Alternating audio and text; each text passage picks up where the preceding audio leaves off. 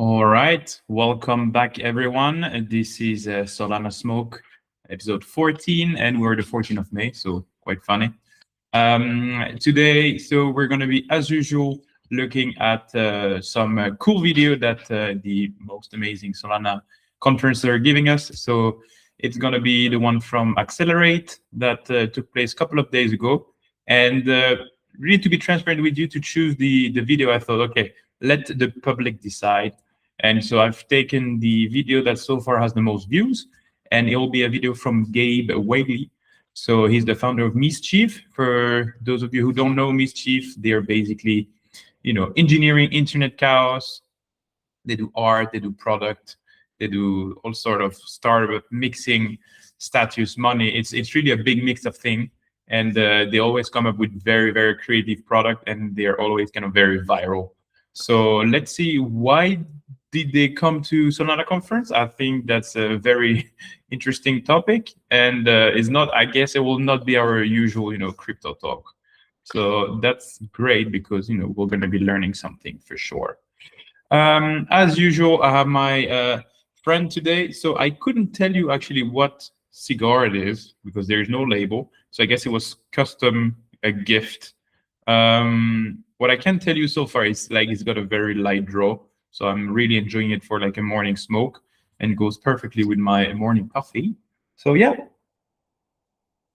that's it, ladies and gentlemen. Let's go. So we'll have the video right here. I'll put it full screen so it's just easier for us to have a look. And Gabe, the floor is yours. All right. My name is Gabe. I'm the founder of MSCHF. Maybe 10 days ago, I was asked to come here and give a talk, and I was like, gosh, what will I talk about? MSCHF's never actually done a crypto project. Maybe people will know about MSCHF, maybe they won't. So what I'm going to do is I'm going to cover some bases for a couple of minutes, and then I'm going to do something that MSCHF has never actually done, which is I'm going to submit a request for partnerships. So I'm not here to brag on our projects. I'm not here to do a keynote or to launch a product. I'm going to talk about speculative projects that we have not yet figured out how to do. And maybe someone in the audience knows something that I don't, and we have potential to work together. So a little bit of background. A couple of years ago at Art Basel Miami, which I guess is here. Yeah, I guess the last time I've been here was Art Basel Miami. We jerry-rigged this ATM machine. I guess, we just have to, take the elephant out of the box. So we are here. The guy has had 1 week to prepare for his talk, and he's basically using it to pitch and look for a provider. So, not your typical crypto bro move, that's for sure. And now we're talking about an ATM. So, I know that the stablecoin has been all over kind of the news, especially with Solana being the fastest user adoption and where basically Solana is being actually used. So yeah, let's see if it's linked. A real working functional ATM machine, which I don't know if you know, but you can get them for like $3 a pop and set them up on your street corner, sidewalk, whatever, and make passive income that way. We learned that the harder way because our initial vision was, instead of just an ATM machine, let's attach a digital leaderboard to it that ranks people based on how much money they have in their remaining account balance, turning the idea of flexing your wealth into a competitive game.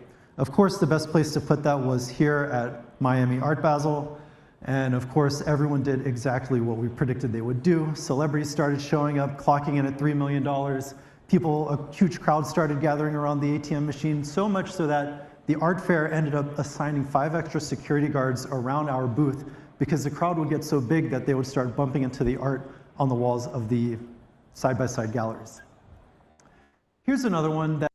All right, so he actually built such a random product, putting it in an art form. And it reminds me kind of the, social vibe, of a Memecoin that are happening in Solana, no? It's really the social game, leaderboards. It reminds me of, where we're having these new DeFi projects are just not popping up, and they want you to, play the game.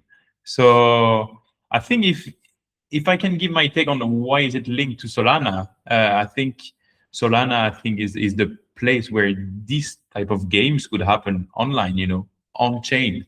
So it's basic meme coin culture. You got interaction. It's fast. Like there was a big crowd. So I guess the human element is very interesting, and the internet loves to flex as well. So crypto is actually perfect to create such a product. So if this is what you're coming here to pitch, Gabe, it starts well. That plays with some themes that I think are relevant to this space. A while back, I bought a Damien Hirst spot painting. Not a painting, a print, which still goes for like 30,000 US dollars. Bought it for 30,000 US dollars. When I bought it, the dealer was like, congrats on your purchase. What are you gonna do with this? I was like, probably do something at work. And he was like, great, people put this up at their offices all the time. That's amazing. By the way, congrats. This will probably 2x in value over the next 3 to 4 years. What he did not know is that later that night, me and my team ended up slicing every single dot out of that painting and then selling each one for $500 a piece and then auctioning off the remaining skeleton for something over $100,000. So we definitely more than 2x that artwork essentially overnight. So in this case, it reminds me of NFTs, no? Like what he did, he created a tokenized product without blockchain. So just took a very fancy painting, chop it up. I think it's actually a masterclass in concepts around blockchain. First we had Memecoin, now we have NFT. So of course, why was this NFT valuable? Although now most of the NFT are actually super down. I think it's because there was a story. It's completely absurd. Everyone for sure was fighting to get their dot. And then I think the most amazing is actually selling the skeleton. So the art piece missing all the art was what actually came up. So interesting. Another one. Oh yeah, this one I remember. I had seen it. I mean, he's going to explain, but I think like plenty of people had the key to this car and they could use it whenever they wanted. I think that was something like that. PT Cruiser, one of the most beautiful cars of all time. The game here was we had the key fob, which, as you probably know, you click it once, you unlock the door, you click it twice, it starts the car. We reverse engineered that thing and made 5,000 of them that we sold instantly for 25 bucks a pop before flipping the GPS on in the car and just letting the crowd do what they would with the vehicle. So over a span of like 8 months, thousands of people did a combination of cooperative collaboration to find the car, exchange hands, take it to different destinations, give it repairs, create artwork on the car. Others committed Grand Theft Auto. They would find the car parked unawares, they would hijack it, they would steal it, and eventually this car made its way all the way from New York down through the Midwest and eventually to a final resting place in California, Arizona, where it got towed. And when it got towed, it was actually very funny because I got a call from the tow pound owner saying, hey, I think we have your car because this is under your name. But it's a really weird thing because people keep showing up with the key and all the keys work. So what's going on? I think here, what was it? If I think we were doing kind of crypto analogy, no? So this would be maybe a DAO, no? Again, DAO not very famous anymore.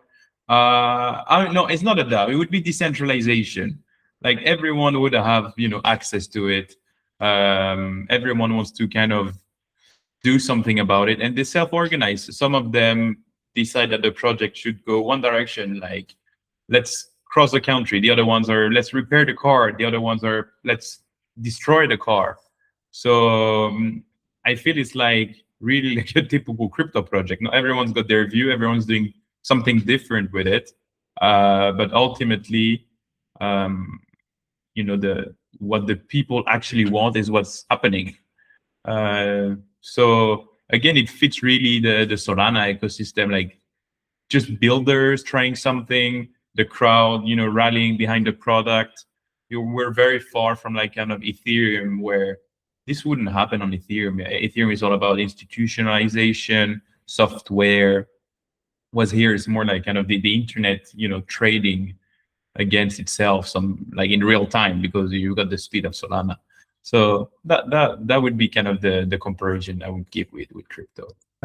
There's two sort of like prevalent forces in the world right now. One is taxes. Everyone has to pay them. You guys hate them. The other prevalent force is anime. Anime is taking over. You guys hate them. Like crypto in general hate taxes. This is his view. Not sure about that. I mean, we've talked a lot on the show about how, you know, we want crypto to actually go toward regulation. Like, I don't mind taxes as long as it's fair and that taxes are properly used.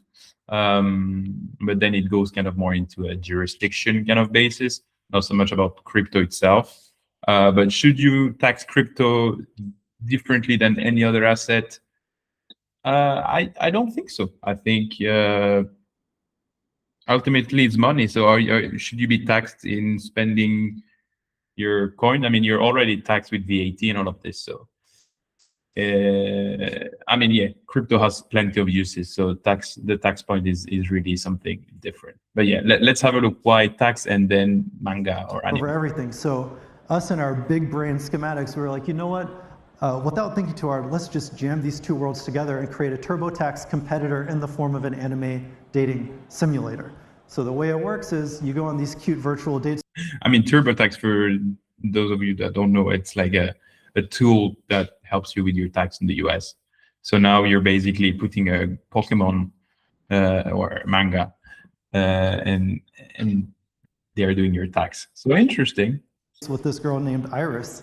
And as you guys get to know each other, I mean, she asks you normal first date questions like, what do you do for work? How much money do you make? Are you actually single? Do you have kids? Whatever. And then eventually she asks you for what your social security number is. If you were willing to commit to the relationship at that point, she would then file your taxes. And we had 20,000 people use this to file their taxes in 2023. I love it. I think this is crypto. I'm not finding the link yet with crypto. Just reminds me of this emotional AI agent support, no? Like everyone wants their AI somehow to help you and I mean, not help you, but most of them fall in love with their AI people because people have forgotten how to just connect with real people. But now I'm being a bit off topic. What was this app about? Gamification again. Like Duolingo is gamifying learning. Tinder is gamifying dating. TikTok is gamifying attention. So I guess here they were gamifying taxes or the complicated process of filing your taxes. I think that's the one. And I mean, 20,000 people using it. I mean, I guess I'd rather do it with an anime than with an accountant. That's for sure. And I mean, ultimately, is what people are doing with their money and their finance. No, they're willing to go and believe that meme coins have more value than the standard dollar. So why not? I mean, this is what crypto is doing. And again, I think Solana is perfectly placed for this type of interaction. You know, Solana is becoming the internet of finance, and people want to understand it. They want to use it. They want to have fun with it. I mean, you don't want to enter into your boring banking app that is super complicated to use. You want something that is gamified. You want something that is easy to use, easy to interact with, cheap. And I think Solana is perfect for that. I'm not going to talk about that one. You guys have probably seen it. Okay. I think that was. I think I only have a couple minutes left. Time for the request for partners. These are MSCHF projects that have not yet been done. I'm taking a bit of a risk by even talking about these here because theoretically there's nothing stopping you from taking these ideas and making them your own. If you do that, that's kind of cool though. So go for it. To start off, we need a boat. I think here, just popping up in my head, like for me, this is like kind of open source, no? Like ideas are cheap. I think it's all about execution, and I'm sure MSCHF has shown us that they can execute clearly. So although he's sharing, I think it's just a marketing stunt now. Although he's sharing these ideas, I mean, he'll do it, and he'll do it better than most. And now he's just getting free attention. So well done, Gabe. And not only do we need a boat, We need a boat registered in the United States. How many people here own a boat? All right, I'm talking just to you. Okay, so global tariffs, you know it's an issue. The cost of goods is skyrocketing, everything is in flux, luxury is down. We have experienced this firsthand because we manufacture a lot of luxury goods in Asia. Our thinking is, if we can change the place of manufacturing from China, hypothetically, to what might constitute as United States soil, i.e. a US registered boat parked 200 miles off the coast of China with all of our factory workers and materials on that boat, maybe we can produce high-end leather goods that bypass tariffs. So I'll talk to you afterwards. I love that. I mean, it's not about tariff. I mean, it's jurisdictions arbitrage. Thinking that if you're 200 miles away from China, but you're on a US boat, you're just in the US, which is true. But I think if we're kind of reflecting on what crypto, that would be kind of the internet doesn't care about borders. Like we know, and we've seen the use cases of remittance where people can send money abroad for extremely cheap compared to Western Union or whatever. We've got now remote workers that can, work from anywhere, get paid in a currency that is stable, stable coin. It's got it in the name.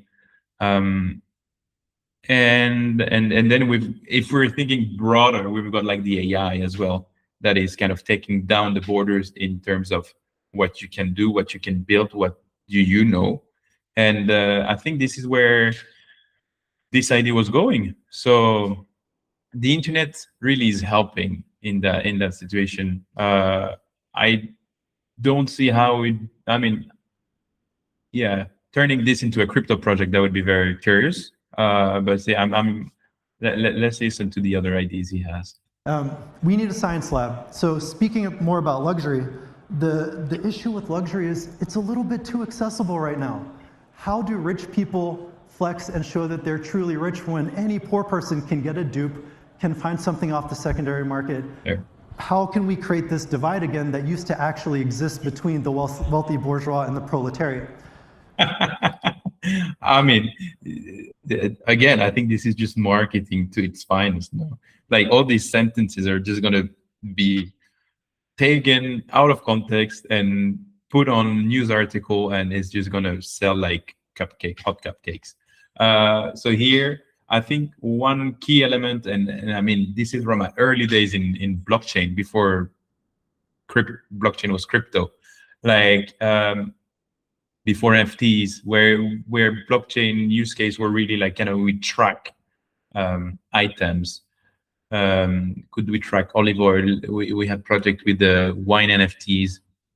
So I think it's this is how we could use the blockchain to its core value of tracking, authentifying, and science lab. Let's see where he's going. What we would like to propose is we would like to design a bespoke high-end designer STD.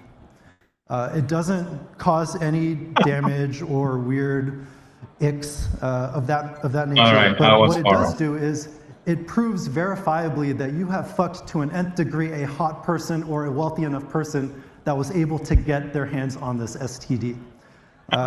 So anyways, if anyone here has a science lab or has access to a science lab, we are looking for that. Far from what I thought. Next up, I need these two guys. So on the left, we have George W. Bush. Everyone recognizes him.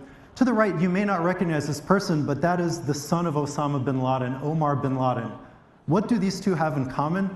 They are both actually quite good, prolific painters dealing with the subject matter of westward expansion and manifest destiny in America, which is crazy. So I need to get in touch with both of them separately without them knowing that I'm talking to them at the same time, curate their artworks, and throw a gallery show called Twin Painters, where they all end up showing up and we exhibit the work of these two potentially great artists of our time. No comment. Maybe this is the last one. We need a restaurant, preferably a restaurant that serves steak. Fun fact, and maybe you know this, maybe you don't, but there is a tick called the Lone Star tick, and when you get bitten by this tick, it basically deletes your ability to consume and process meat. So what we want to produce as a response to the global climate catastrophe is a restaurant called The Last Supper, where we completely deck it out. It is the best steak dinner you have ever had, like premium Wagyu, porterhouse, whatever. But for dessert, we bring out a tick in this beautiful like golden container, and you receive a bite from that tick. It is the last meat you will ever consume. Wow, not expecting these last two. How can we link this to crypto? I would say irreversible. You know, like whatever happens on the chain stays on the chain. So that tick would make that. I don't know why he brought up these last two. I think now it's turning into something that I don't really understand fully, like what's the whole idea. So, I mean, we've got another half a minute of video. So let's see if he has I mean, clearly all of these experiences are perfect for the meme coin culture. They are, and I mean, for the maybe for the Solana builders, actually, it's all about taking risks, you know, committing and transforming something that is like you take a restaurant and ultimately you're gonna have one-time users. So yeah, let's see the end of the video. And then these random ideas, which I think I probably ran out of time.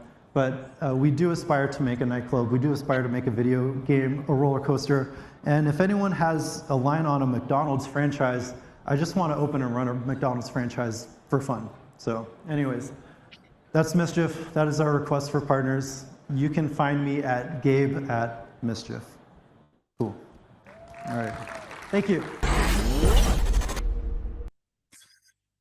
All right. If this is where the internet is going, it is gonna be scary, interesting, wild.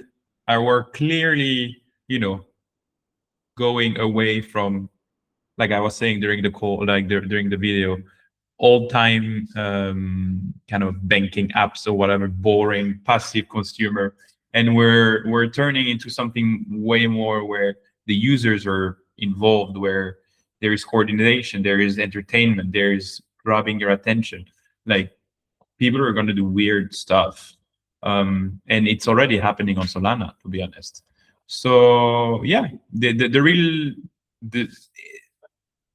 to close it up on Solana, the behavior is what's changing. You know, it's the innovation comes really from the fact that there's going to be way less friction between capital, attention, and culture.